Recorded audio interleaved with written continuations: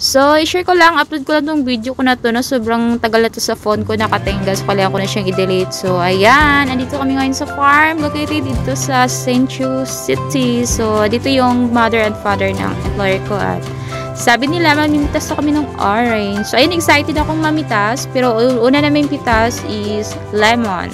So, na-prank ako dito guys, akala ko orange talaga siya. Tinikman ko siya kasi sobrang dilaw niya, sobrang orange ng kulay niya.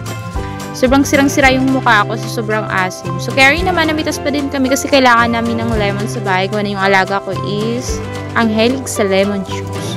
So, ayan siya. Sobrang daming niya. So, walang nagkakagusto dito kaya sobrang daming bunga. Ako lang ata yung namitas dito ngayon. Yung ibang mga tao dito na pumupunta, dinadaanan ng itong lemon na to. So, ayun, nagpa-picture mo na. Nagpa-video-video mo na ako dito sa may ilalim ng puno. Siyempre, tingin ko muna kung may ahas. Baka may ahas ibabaw at tutuklawin tayo. So, wala naman. So, ayan. Andito lang ako sa ilalim. So, dito sa side na to is, ito na yung pinaka-orange nyo or yung pongkan sa atin. Yung basta yung parang orange na pongkan, yun na yung basta.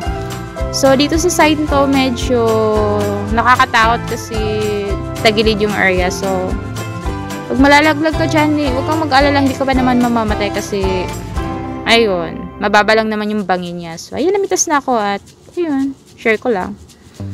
So, maraming bunga guys. So, tigi-isa lang kami ang tawag dito, lagayan. So, 4 kami nagpunta dito. So, 4 na ganyan yung kinuha namin.